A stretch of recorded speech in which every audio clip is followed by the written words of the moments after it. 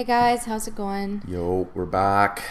Just wanted to thank you all for all your comments and feedback. We're getting a lot of views right now, actually, and a Yep. lot of good feedback, and it's good. We're glad. We're happy to see that people are taking the time and engaging, and I'm impressed, Yeah, no, it's good. to be honest.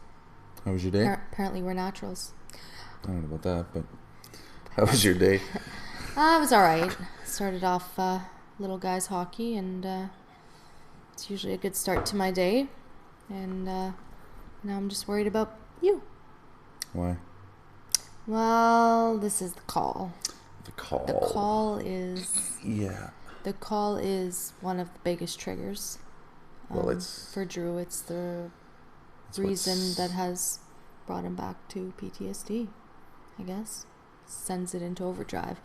So we've had a lot of issues of Well, that's been the volcano that's erupting. erupted. So every time that it gets brought up again, it's another risk I'm to gonna take. try and do my best to not slip or go into a low. Try and keep it light and try. This is going to be the most challenging video that I think that we will have to do. There's going to be a lot of challenges along the way, but this is the most recent and the most What's getting through this one? Because this is the one that explains the confusion and everything. yeah, this is the icebreaker. This is too. how we came to find out about Melissa's diagnosis and everything else, which was not an easy path. But I did a bit of I did a bit of research today and come across a video of another spouse that was supporting somebody with D.I.D. And you got a little disappointed. Not so much disappointed, but I got discouraged. This video is going to be long, guys. Heads Yes. up. So we're going to try to keep it short. Yeah, I'll rip through this. So We know you talk a lot. I got discouraged. Basically, they had met when they were teenagers, and she had known about her disorder and told him. And so they kind of got to work through it together on a more positive note. But you could still see the struggle and the amount of patience and everything required, and like you're talking decades of building relationships with each altars and everything else, and it was inspiring, yet at the same time I got a little discouraged, and I felt cheated of that opportunity, just basically due to our circumstances. But get into it. Yeah, so I'm just going to touch about... Drew's going to be doing most of the talking this episode. Unfortunately, throughout these events, I guess you could say, The first few weeks, yeah. I was in psychosis. I was all over the map. So many different people. It was bad. It was real bad. Very confusing. Very limited memories, I guess you could say. Dissociation amnesia. Is that what it is? Dissociation. A lot of fog. Yeah, a lot of fog. Simplify. So I can't make wish I sense had of fog. it to people. Fog would be nice. Drew thinks it's a very unique ability to be able to do that, but unfortunately, In I'm the trying to beginning, make I a video right s- now to explain to you guys what we went through. And In the beginning, I was calling it a luxury, basically, because I really do couldn't that. just erase information. So Yeah. basically, a little background. In and around the time of the call, everything was going really good. That was at the tail end of our amazing 8 months with no glitches or hiccups. At least I was aware of at the time. I was in the middle of a shutdown working. I actually had one of my friends, a coworker, staying with us in our basement. We were watching TV, and that night around 10:30, Mel's phone rang. We were in bed, so she got up, answered the phone, and right away I could hear a lady screaming from the other end of the phone. Couldn't make out what was going on, just could see fear and confusion on Mel's face. So Um, did she call twice? I don't think she called twice. No, I she think it only was the called once. first call. So at the end of the call, basically, No, Mel she was called trying. first, and I pressed ignore because of the time of the night. We never Yes. answer our phone Yeah. at that Okay, time of that's the what it night. was. Yeah, you So I hit ignored ignore, the call. I asked who it was, and you're like, I have no and idea. she called again. So then I picked it up. Yeah, and then that's when I heard the screaming on the phone, and then Mel basically threatened her that if she continued to call, she'd call the cops. So she put the phone down, blocked the number, and I was like, "What's going on here?" And I'm like, what was that about?" And she's like, "I don't know. Some lady calling me about something, and some guy." And I'm like, "Okay.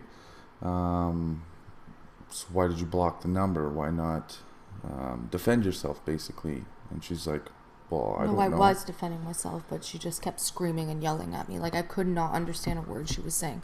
I thought she had the wrong number, to be completely honest. Yeah, at the time.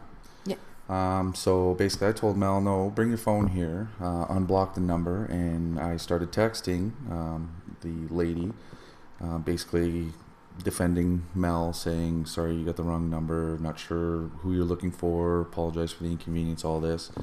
And this lady was not having it. She insisted that she had the right person, and she insisted that Mel had texted her husband. So again, I continued defending Mel, like, "No, wrong Mel. Not sure what you're talking about." And then that's when the lady sent a screenshot of a text message. Basically, Mel had texted. So there was couldn't defend her anymore at that point. Stomach kind of fell out from underneath me. Still didn't really understand what was going on. Set the phone down and basically asked Mel, "Is there anything I need to know? Because I'm going to call this lady." And she said, "No, nope, I just texted this guy for work. That was it." Read the text. It was more of a friendly text as opposed to somebody looking for work. But then again, Mel's kind of mentioned that previously, that even in professional settings, she's still friendly. It's kind of like a child, I guess. Yeah, there's at times you can be professional, but at other times not so much. There was nothing inappropriate or anything like that. Just It wasn't. It didn't look like a professional text message. yeah, it didn't Looking look like, for work, right? yes. So she said nothing happened, and there was nothing going on, and so I called the lady. I was on the phone with the lady for... She didn't know she was talking to you. She was like, "I'm going to call through the your text, husband." through the text, yeah. And you're like, "It is." Yeah, and then I said, "This is her husband," and so I picked up the phone and I called her. This lady was erratic. She was Be careful here. furious. Be careful. She started giving information that very unsettling, basically accusing Melissa of an affair with her husband. Even with the information that she was giving, I was still defending you. Like, no, there's got to be, there's a mistake here. There's something wrong. No. And then as the conversation progressed, she was providing more and more information, basically making me realize that it was Melissa. So I got off the phone with that lady because I could not handle being on the phone with her anymore. We can't even describe how I felt at that moment, but she was still kind of dumbfounded. So I was kind of pacing around the room, I remember, and I sat at the edge of the bed, and then she had got up and sat at the chair, and I remember this moment very vividly. I had looked at her and basically said, like, "Don't bullshit. This is it. Tell me what the hell's going on." And she said that she had the affair, but it was just once. That moment, with the look on her face, that was it for me. I just died instantly. Basically, after that was hell. 72 hours It was of hell. hell. We stayed up all night. Again, me being very analytical and being crushed at that point, I pushed and pushed and pushed. I wanted to know what the hell was going on because I had just been blindsided by this. Because the individual that was involved, Mel had previous issues with an inappropriate comment, and she had quit that job. And so right away I'm like, why would you text somebody like that for work? And then on the same day we get this phone call, and just from the very beginning, nothing was making sense. Nothing was making sense to me. I think most people at this point would have packed their shit and fucked off. But I was just so Something dumbfounded. wasn't added up. Just so, well, to me, again, like we've mentioned in previous episodes, the way that I came into the relationship, the opinion that I had, the view of what I could do for you and what I had done up until that point was just, there's no way you could have done that. To me, is where my mind was at, and this can't be real. This can't be happening. So it was 10:30 when everything started. We were up all night arguing. 6 o'clock in the morning. I'm mad now. I'm going to work. The guy that was staying with us in the basement, he was up. We proceeded to go to work. Now, I shouldn't have went to work, but the reason why I went to work, or tried to go to work, is just how I was raised. Home is home, work is work. So when you get to the gate, you shut it off. Nothing can affect you. I work in construction. It's a very high risk environment, and you need to be focused on what you're doing. You can't, and it's that manly macho-ness that you leave it at the gate. On the way to work, talking with the guy that was staying with us, a really good friend of mine, I kind of mentioned to him what had happened, what was going on, or the accusation at that time. And as I was floored, so was he. He was just, he had been staying with us for a few weeks and Did just you not never have your car? No. Because I started to walk to your work. No, not then. Oh, that was a different day? That was weeks after. No. Yeah, I was riding with him. We drove in.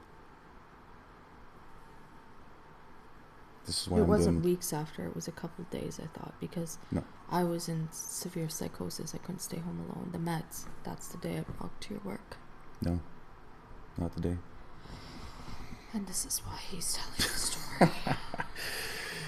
Bear with me. Sorry. So we ended up getting to work, and there was no possible way I was going through that gate. There was nothing I could do. The friend of mine was super supportive of that. Let me use his vehicle to go back home, and told me, like, don't worry about it. I've got everything covered. Don't even worry about this place. Figure out what's going on. So I went back to the house and carried on with the interrogations, and at this time, both smokers at the time were smoking cigarettes like they're going out of style. We're not eating, nothing. Around No sleep. Around the middle of the day, I'm starting to not let my guard down, but come to terms with what's happened, and then got through the whole transition of giving the vehicle back. The guy that was staying with us ended up making his own arrangements to stay somewhere else. Thank God, because that house became a war zone. But we made arrangements for the kids. We made arrangements for the kids. There was no kids in the house. We were smart enough to make sure that it was just us duking it out.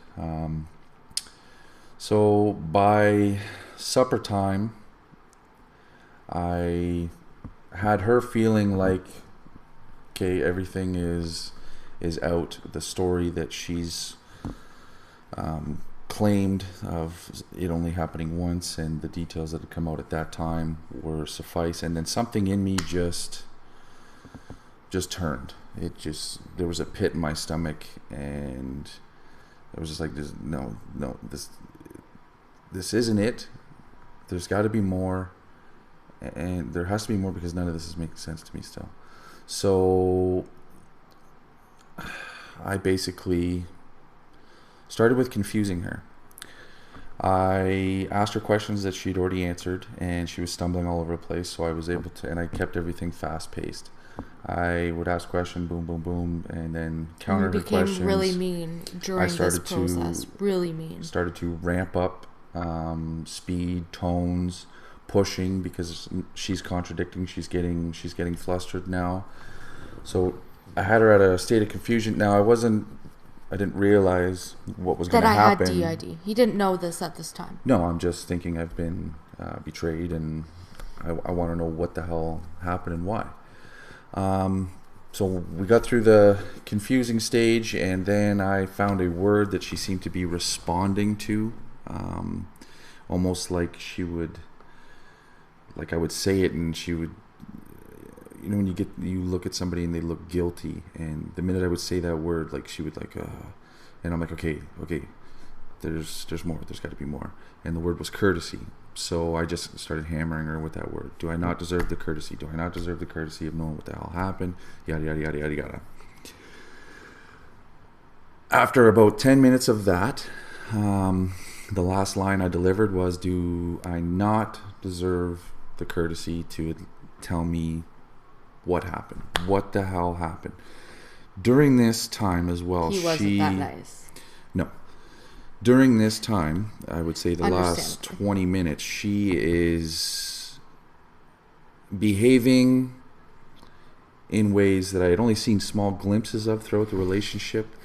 The easiest way to explain it would be a tantrum, a 2-year-old tantrum. She's freaking out, crying, screaming, self-harming, pulling hair, biting, yelling, and then she would be really, really calm and like almost psychosis on the floor.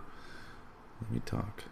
On the floor, in a ball, kicking things, like just totally. And at this point, normally I would console her and comfort her, but at this night, no, it wasn't happening. I was mad, so I just kept pushing, and then all of a sudden I witnessed something that I only thought existed in the movies.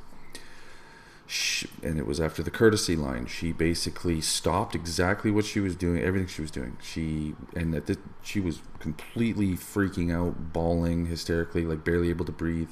She stopped completely. She stood up in the most calmest manner I've ever seen. And the look on her face, which was just like so intense and so mean, and she basically just glared at me and said, okay, if you want to fucking know everything, then sit down. And I was just like, okay. So we sat at the kitchen table, and the person that I sat across from at that kitchen table, I had never met before in my life. Never, not once met this person. She began to tell me what she considered at the time as a confession, the story, the timeline, the details, the gruesomeness,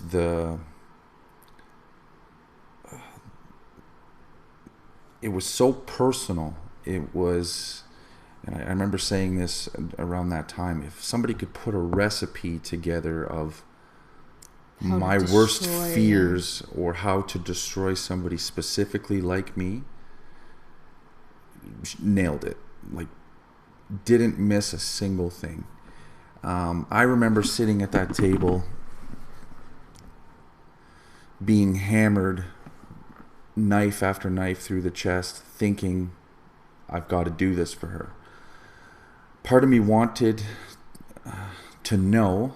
I didn't want the information that I was being given, but I wanted her to be able to get it out to still help her. Like, in my mind, I'm helping her, but in reality, it was the worst possible thing I could have ever done to myself. In hindsight, that's most likely probably why people leave, because that is so difficult to do, when it was finished, I was just floored. I was so exhausted. Well, we hadn't slept in 72 hours. It was just Didn't eat, didn't sleep, didn't nothing. And because of what I had seen too, I had this fear now. I had previously lost a friend who had been in a very unhealthy relationship with a woman who was super unstable, and she ended up stabbing him. And through this experience, that was one of the things that was running through my mind. Not because Mel is in any way aggressive or abusive or anything like that. We joke around like every other couple. It was just what I had seen scared the shit out of me. So that came to mind. With how exhausted I was, I went to bed. I wanted to leave. I wanted to leave to go to a friend's house, but I knew I wouldn't make the drive, and I didn't want to stay because of the thoughts running through my mind that I may not wake up the next morning. But I caved to sleeping, so we both went to bed. The next day, that voice in my head that tells me, you need to work, you need to provide, you need to be a man, convinced me to go to work again. And I went to work, got past the gate this time. This is the pills day. Made it till about coffee, had some conversations with people, friends. I say I left it at the gate, but I was a fucking disaster. I could barely function. Through the conversations with friends, I was realizing like I shouldn't be here. Side note, that morning when I did wake up, we had a huge blowout. She was threatening, basically, that I shouldn't leave her. I'll let him talk. I just got to take this phone call.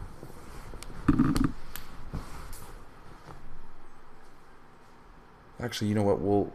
Part one. We'll leave this as part one. We'll come back. We'll take a bit of a break, bit of a breather, and we'll carry on with part two. All right. Thanks, guys.